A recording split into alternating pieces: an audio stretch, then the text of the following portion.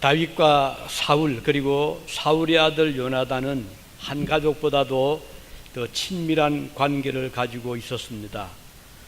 사울이 나라를 다스리던 때에 아말렉의 공격으로 나라가 위태로움을 당하였고, 다윗은 그때 용감하게 아말렉과 전쟁에서 승리를 가져옴으로 나라를 구하곤 했습니다.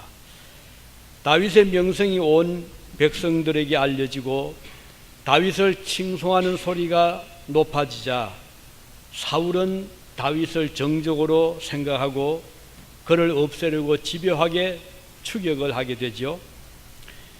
그러나 사울의 아들 요나단과 다윗은 아주 절친한 친구 관계가 유지되었습니다. 아버지 사울과 다윗의 관계가 악화되었을 때도 요나단은 다윗과의 우정을 깨뜨리지 않습니다.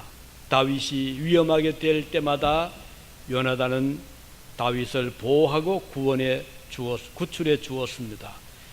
다윗은 사울에게 추격을 당하고 쫓김을 받으면서도 사울을 공격하거나 보복하려고 하지 않았습니다. 그는 끝까지 사울의 왕권을 보호하기를 원했죠. 하나님께서 기름 부으시고 세워주신 사울을 대적하려고 하지 않았습니다. 사울이 왕위를 지키는 한 자신은 왕위에 오를 수 없음을 알면서도 사울을 해치려고 하지 않았습니다. 이런 모습은 다윗의 믿음이 얼마나 깊은가를 잘 보여주고 있습니다. 그리고 다윗의 인품을 나타내죠. 요나단이 다윗을 아끼고 보호한 것처럼 다윗은 요나단과의 우정을 마지막까지 지킵니다. 비록 사울이 자기를 미워하고 제거하려고 했지만 다윗은 사울이 마지막까지 왕위를 잘 지키기를 바랐습니다. 이스라엘 백성을 자주 괴롭혔던 아말렉이 또다시 전열을 가다듬고 이스라엘을 공격했습니다. 사울과 요나단은 이 전쟁에 함께 참가를 하게 되었습니다. 길보아산 전투에서 불행하게도 사울과 요나단은 전사를 하게 됩니다. 이 소식을 전해준 사람은 사울의 마지막을 지켜보았던 아말렉 사람이었습니다. 그는 찢어진 남루한 옷을 입고 머리에는 흙이 덮인 채로 황급하게 다윗을 찾아왔습니다. 사무엘하 1장 10절에 이렇게 기록하고 있죠. 저가 엎드러진 후에는 살 수 없는 줄을 내가 알고 그 곁에 서서 죽이고 그 머리에 있는 면류관과 팔에 있는 고리를 벗겨서 내 주께로 가져왔나이다 라고 다윗에게 고합니다. 사울이 전쟁터에서 죽임을 당했다는 소식과 그 증거물을 본 다윗은 크게 소리내어 울었다고 했습니다. 11절에 이렇게 기록하고 있죠. 이에 다윗이 자기 옷을 잡아 찢으매 함께 있는 모든 사람도 그리하고, 사울과 그 아들 요나단과 여호와의 백성과 이스라엘 족속이 칼의 죽음을 인하여 저녁 때까지 슬퍼하며 울며 금식하니라. 다윗은 사울의 전사 소식을 들었을 때 입고 있던 옷을 찢었습니다. 옷을 찢는다는 것은 극도의 슬픔을 표현하는 것이죠. 그것은 마음을 찢는 외적인 모습이기도 합니다.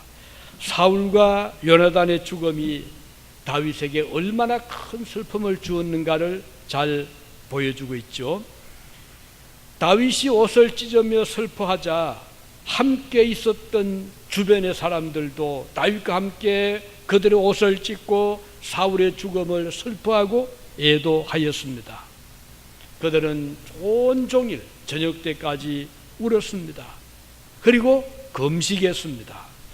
다윗은 여기에 그치지 아니하고 사울과 요나단의 죽음을 애도하는 긴 장문의 애가를 지었습니다. 그리고 백성들로 하여금 함께 이 조가를 부르게 했죠.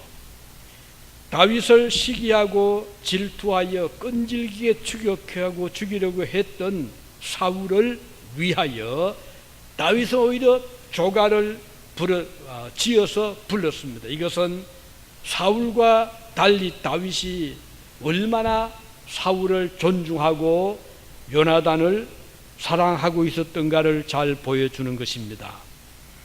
사울의 생각과 다윗의 생각의 차이를 잘 보여주죠. 비록 사울이 다윗의 윗사람이었지만 생각은 다윗이 훨씬 더 높았어요. 사울은 다윗을 미워하고 제거하려고 했지만 다윗은 오히려 사울을 보호하기를 원했고 그가 오랫동안 나라를 다스리기를 바랐던 것입니다. 사울이 이렇게 일찍이 불행스러운 죽음을 원하지 않았습니다. 다윗이 사울과 요나단의 죽음을 애도하여 부른 노래는 어떤 의미를 가집니까? 그것은 이스라엘의 영광이 훼손됨에 대한 애도의 노래라고 볼 수가 있습니다.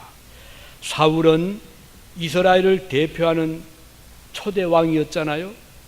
그는 하나님의 백성을 대표해서 전쟁에 나갔습니다. 물론 군들도 함께 나갔죠. 그의 승리는 곧 하나님의 백성의 승리를 상징하는 것입니다. 왜냐하면 이스라엘은 하나님의 택하신 백성이기 때문입니다. 비록 사울에게 개인적으로는 약점이 있었고 부족한 점이 있었지만 그것 때문에 하나님의 백성을 대표하는 왕이 전사한다는 것은 하나님의 영광이 가리워지는 패배임을 다윗은 알았습니다. 욥의 친구 엘리바스 이런 말을 한 적이 있었죠. 하나님은 흉년이 닥쳐도 너를 죽지 않게 하실 것이며 전쟁의 칼날에서도 너를 구출하실 것이다. 왜 그럴까요? 하나님의 영광 때문에. 하나님께서는 이스라엘 백성들이 이방 나라들과 전쟁을 할 때 하나님의 영광을 위하여 승리하게 하신 역사들이 참 많이 있습니다. 광야 40년 동안 전쟁이 그랬잖아요. 그 중에 하나가 아말렉과의 전쟁이 있는데 출애굽기 17장에 보면 10절의 말씀하기 이렇게 기록하고 있습니다. 여호수아가 모세의 말대로 행하여 아말렉과 싸우고 모세와 아론과 훌은 산 꼭대기에 올라가서 모세가 손을 들면 이스라엘이 이기고 이런 말씀 나옵니다. 이 전쟁에서 하나님은 모세를 하여금 기도하게 했고 그리고 승리하게 하셨던 것입니다. 이 전쟁이 보여주는 것은 전쟁의 승패는 하나님의 손에 있다는 것을 잘 보여주고 있죠. 하나님께서 이스라엘 백성이 전쟁에서 승리하게 하심으로 하나님의 위대하심을 만천하에 알게 하십니다. 과연 하나님의 백성들과 함께 하시는 그 하나님을 볼 때 열방은 하나님을 두려워하게 되고 그에게 영광을 돌리게 되는 것이죠. 이때 백성들은 하나님께 영광을 선포하게 되는 것입니다. 그러나 이스라엘 백성들이 때로는 패배를 한 적이 있었죠. 그 대표적인 예가 바벨론과의 전쟁입니다. 바벨론이 예루살렘을 침공을 했습니다. 이 전쟁에서 이스라엘은 참패를 합니다. 그렇게 되자 나라 무너졌죠. 찰나라던 선민의 역사는 치욕의 역사를 남깁니다. 성전이 어떻게 됐죠? 불탔죠. 그리고 벽돌은 다 회파되었잖아요. 백성들은 포로로 끌려갔습니다. 성전의 제사는 중단이 되었어요. 얼마나 하나님 영광이 다 가려졌잖아요. 다윗이 사울의 죽음을 애도했던 것은 단순히 이스라엘의 왕의 죽음만을 애도한 것이 아니었습니다. 그의 전사로 말미암아 나라가 무너지고 하나님의 영광이 사라지는 아픔을 슬퍼했던 것입니다. 말하기 좋아하는 사람들은 얼마나 입방을 찧었겠어요. 저 이스라엘 백성들 하나님 백성이라고 하더니 저게 뭐냐? 이스라엘의 왕도 전쟁에서는 힘이 없구나. 하나님도 아말렉의 군사력 앞에서는 아무런 능력이 없고 무력하구나. 온갖 소리를 다 하지 않았겠습니까? 다윗이 탄식했던 것은 이스라엘의 영광이 산 위에서 패전과 함께 죽임을 당했다는 바로 그 점입니다. 사울만 전사한 것이 아니었죠. 사울의 대를 이어갈 왕자 요나단마저도 이 전투에서 쓰러졌습니다. 그래서 다윗은 부르짖었죠. 19절에 오호라 두 용사가 엎드려졌도다. 하나님의 백성들이 쓰러지면 사람들은 조롱할 것입니다. 하나님을 믿는 사람도 별 수 없구나. 믿지 않는 그들이나 믿는 성도들이나 다를 바가 없지 아니한가. 다윗의 애도처럼 우리들은 하나님의 백성들이 영적인 전쟁에서 쓰러지는 것을 볼 때에 슬퍼하게 됩니다. 그 이유는 이 패전으로 인해서 하나님의 영광이 함께 쓰러질 수 있기 때문입니다. 우리 주변에는 오늘도 이 영적인 전쟁에서 우리의 동료 성도들이 쓰러지는 모습들을 우리가 가끔 보잖아요. 베드로는 이렇게 말씀합니다. 베드로전서 5장 8절에 보면 건신하라 깨어라 너희 대적 마귀가 우는 사자처럼 두루다니며 삼킬 자를 찾나니. 성도가 사단과의 싸움에서 지는 것은 왜 그럴까요? 이쪽은 대비가 안 되어 있는데 예기치 못한 기습을 받을 때 성도가 속수무책으로 당하게 되는 것입니다. 사탄은 삼킬 자를 찾아 의도적으로 다니면서 우는 사자처럼 공격을 합니다. 만일 성도가 깨어있지 못하다면, 건신하지 못하다면 어쩔 수 없이 당할 수밖에 없는 것이죠. 그러므로 우리 그리스도인들은 항상 깨어 있어야 됩니다. 주님께서 제자들에게 말씀하셨죠. 마태복음 6장 41절에 보면 시험에 들지 않게 깨어 있어 기도하라.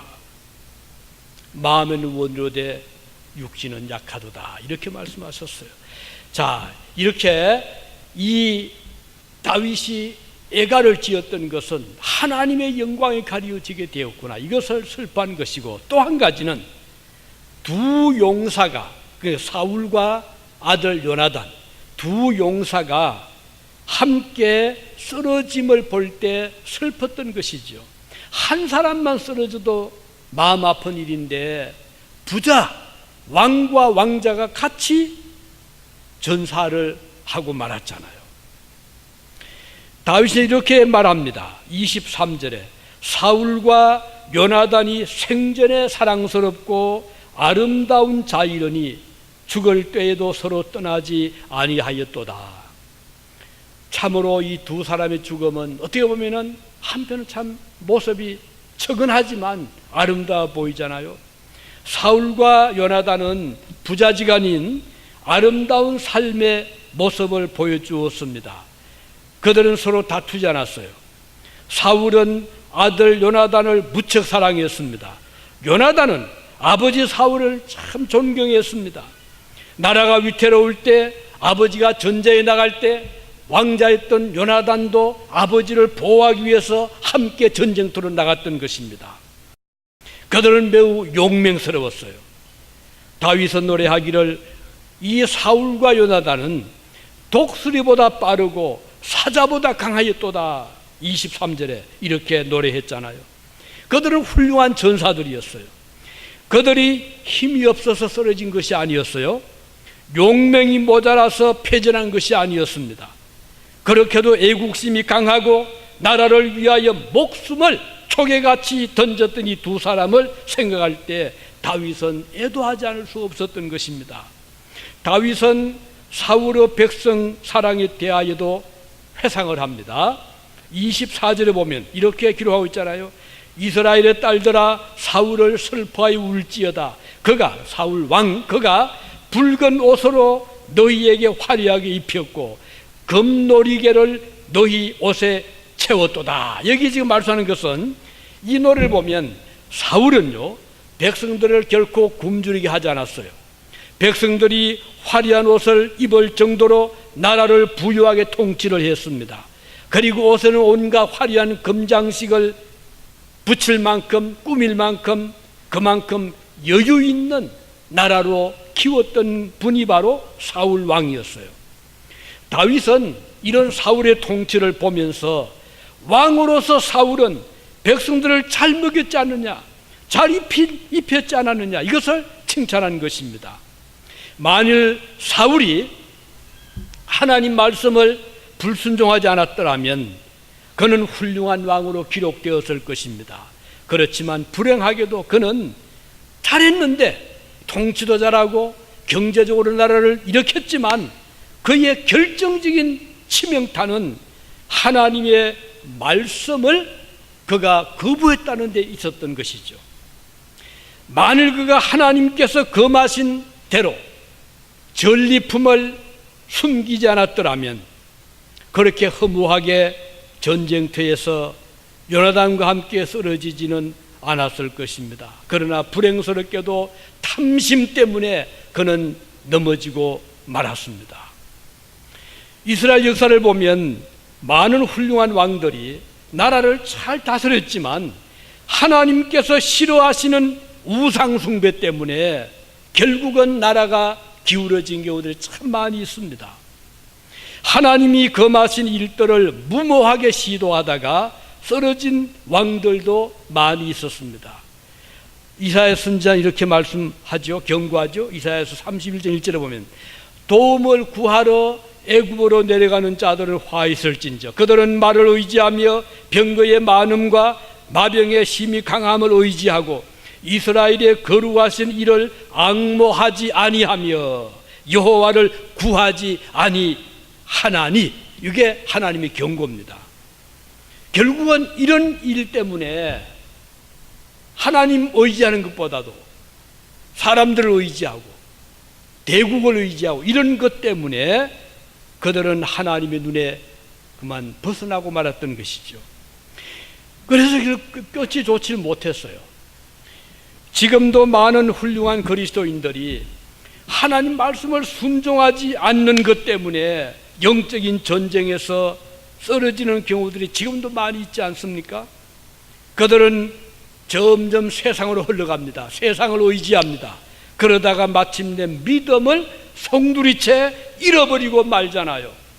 세상으로 달려갑니다. 마침내 하나님을 떠나버리고 맙니다. 그 결과는 어떻게 되죠? 완전한 패배에 이르고 마는 것입니다. 아버지만 쓰러졌나요? 사울이 쓰러짐과 동시에 그 치열한 전투에서 요나단도 자기 목숨을 아끼지 아니하고 아버지를 보호하고 나라를 지키려 하다가 아들도 전사하고 맙니다.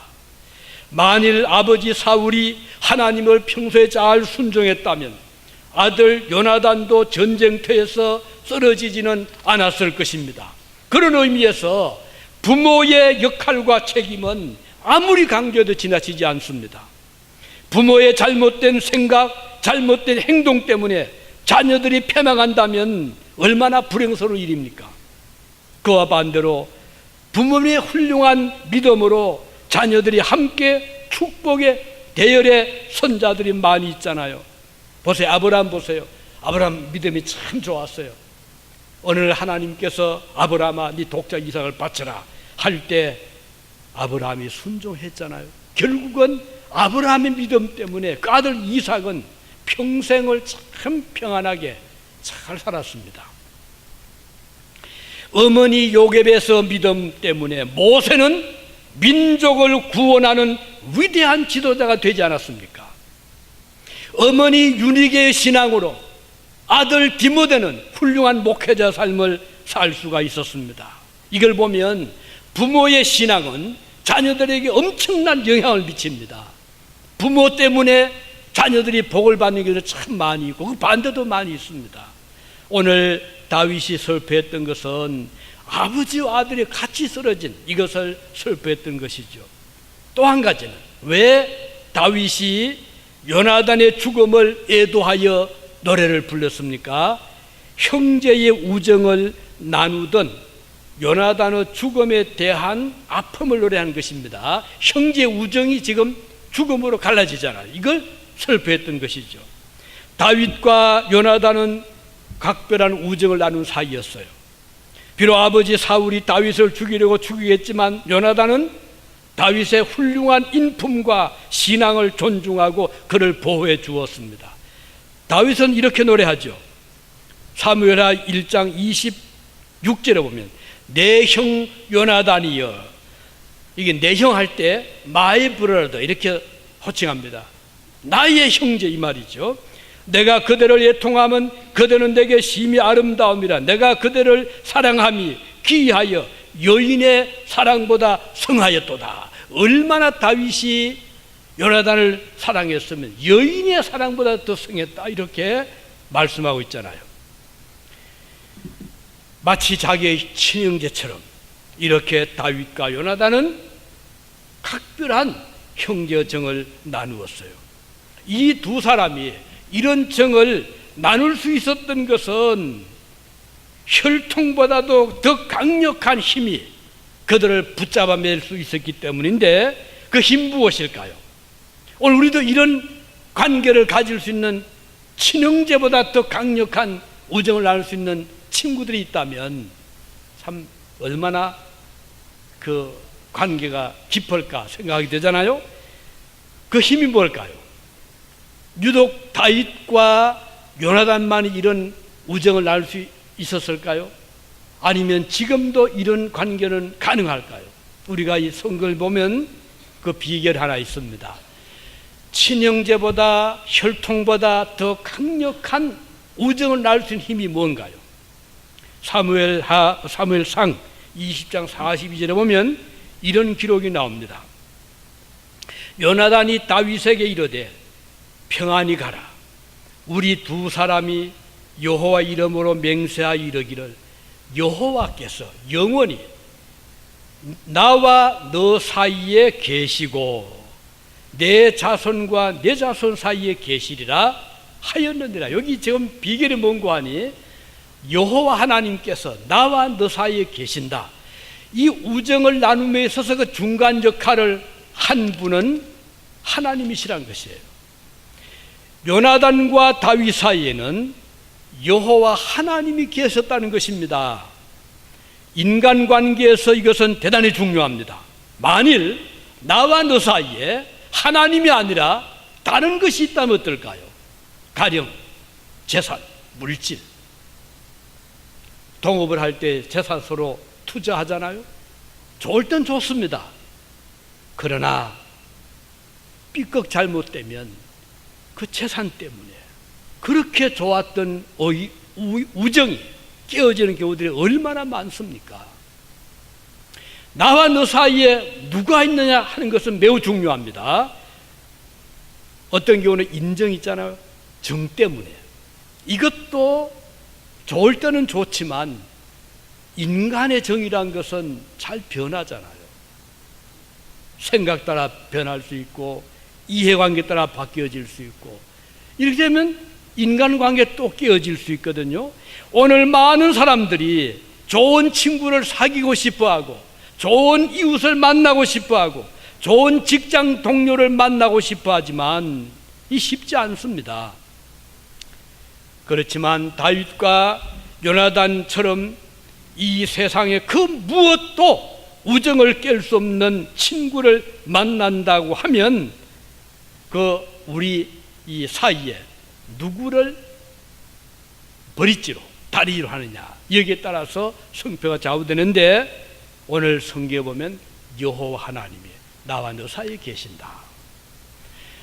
이것만 제대로 확립되면 오늘 이 시대도 이것은 가능합니다. 우리 교회 안에 식구들, 교인들 간에 우리가 서로 교제 나눌 때 누가 있느냐 하기 중요한 것입니다. 나와 너 사이에 누구를 두느냐.